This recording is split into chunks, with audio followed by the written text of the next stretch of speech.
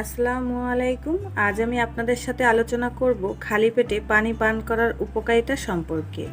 আশা করি ভিডিওটি ফুল দেখবেন। আর এই চ্যানেলে সব ধরনের ভিডিও রয়েছে, আপনারা চাইলে দেখে নিতে পারেন।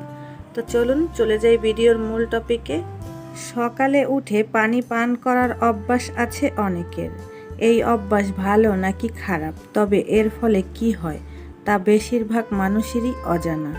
সকালে খালি পেটে পানি পান করলে তার বড় প্রভাব পড়ে আমাদের শরীরে।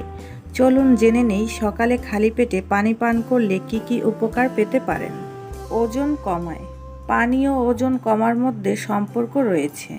খালি পেটে পানি পান করলে বিপাক ক্রিয়ার উন্নতি সাধন করে, ফলে ওজন কমে। দূষিত পদার্থ বের করে। সকালে খালি পেটে পানি খেলে শরীর থেকে দূষিত পদার্থ বের হয়ে যায়। বজ্র বের করতে কিডনির পানি দরকার হয়।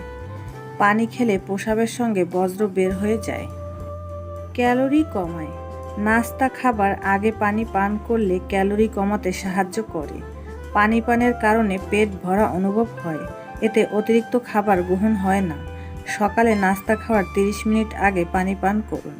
এছাড়াও ঘুম থেকে উঠে 1 গ্লাস পানি পান করলে তা মানসিক বিকাশে সাহায্য করে, যেমন স্মরণ শক্তি বাড়ে, নতুন কিছু শেখা বাড়ে।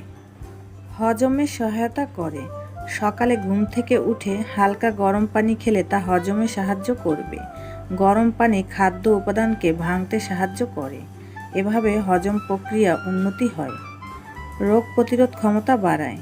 খালি পেটে পানি খেলে শরীরে সংক্রমণের বিরুদ্ধে লড়াই করে, রোগ প্রতিরোধ ক্ষমতা বাড়ায়।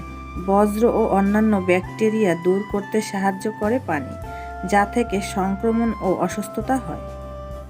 ভেতরের অঙ্গকে সুস্থ রাখে।